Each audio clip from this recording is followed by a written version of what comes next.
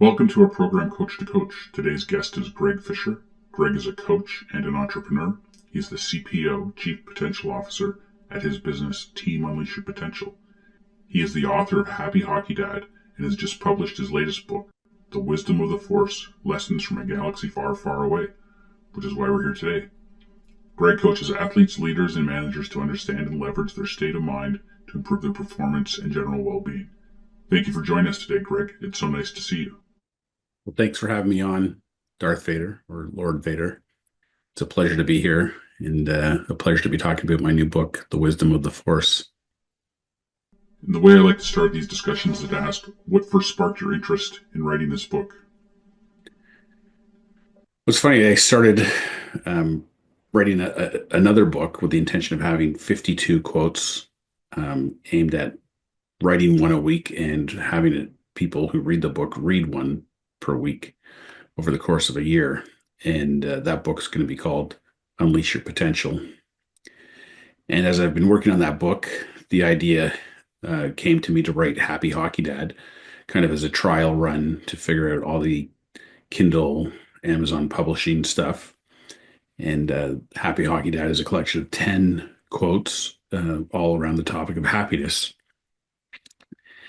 And somewhere along the way, I ended up buying this plaque, which is over my shoulder here, which is you, Darth Vader, and one of my favorite quotes from you, which in fact is the first quote in The Wisdom of the Force. I find your lack of faith disturbing. And I've had a number of clients on calls ask about that and what it means to me.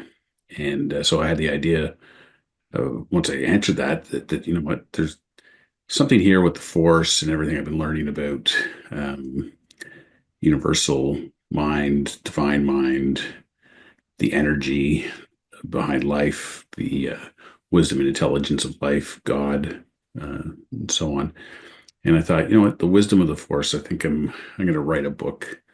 So I looked up a bunch of Star Wars quotes and found 10 that really resonated with me, and then proceeded to write about those 10 quotes and relating them to what I talk about in my coaching practice with clients.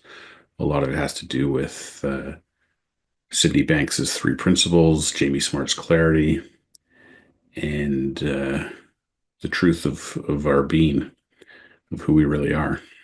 Tell us about the book, who you wrote it for, and how people should use it or read it. Yeah, well, the book is for anyone who's looking to tap into their innate wisdom,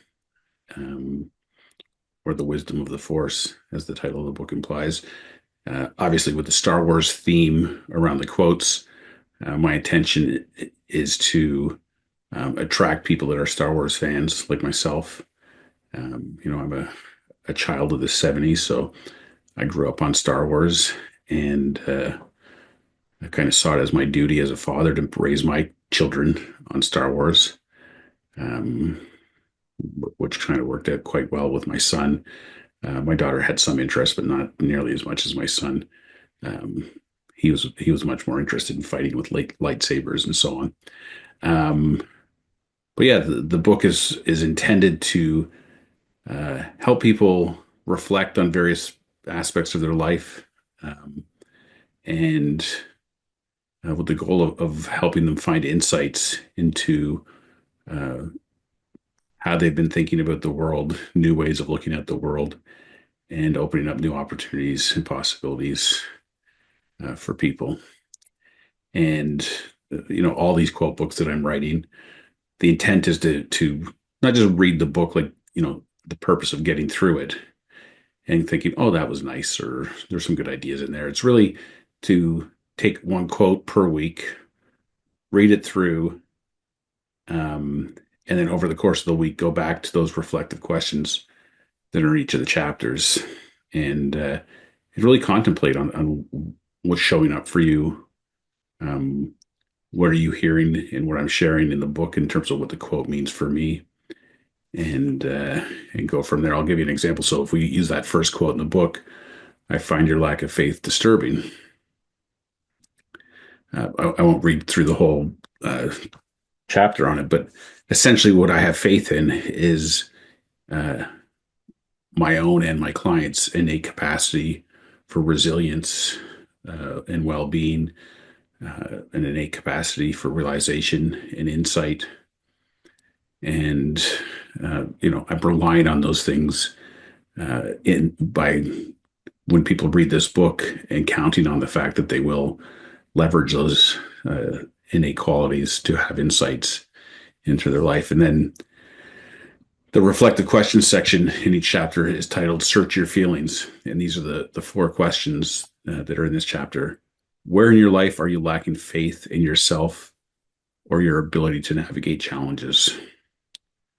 Because oftentimes, when we get stuck, it's less about what's making us stuck and more a function of our lack of faith in our capacity and our ability to get through it. Question 2, what would change if you truly trusted that you were designed for resilience?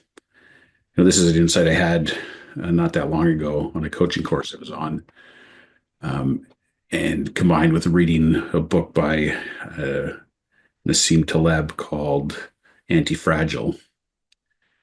And what I realized is this innate capacity for resilience that we have, that you see and experience all the time. I mean, I love watching children bounce back from hardships because they're the most uncontaminated or more uncontaminated than adults because they haven't spent years thinking things about themselves that isn't true. But when a kid gets hurt or falls down or has a bad moment, this natural capacity for resilience kicks in and they bounce back and get back to equilibrium very quickly.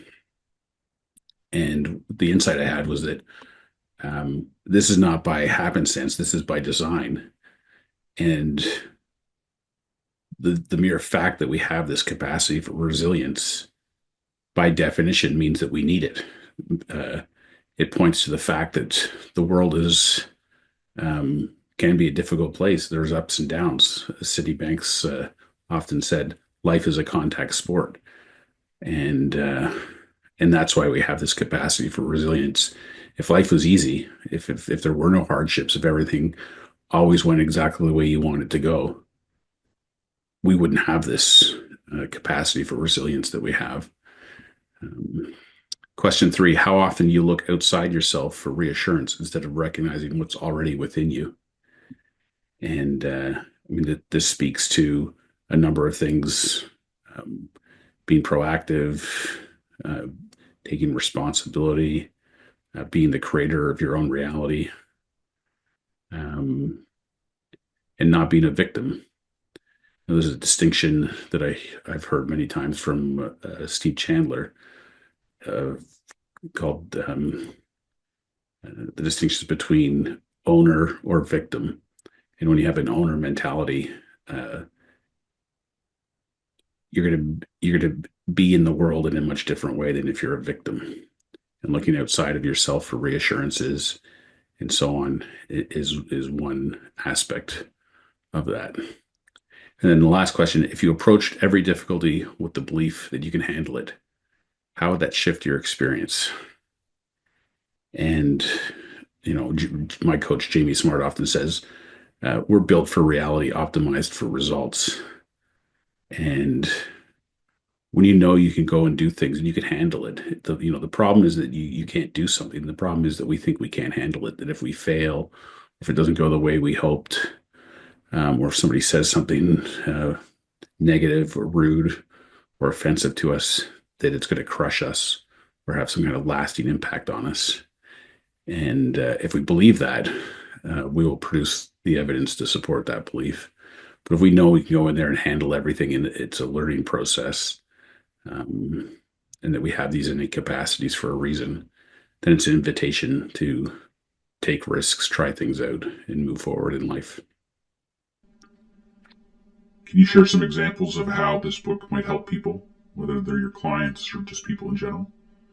Yeah, so what I'm hoping the book does is it will shed some light on a couple of things. One is how we're all connected to the Force, using the language of Star Wars, but to this undeniable energy behind life, intelligence and wisdom behind life. And when we're out of our heads and quiet enough, we will be guided, and we will remember that we're connected with that. I mean, I'll use a personal example. Recently, my dad passed away 2 weeks ago, a little over 2 weeks ago. And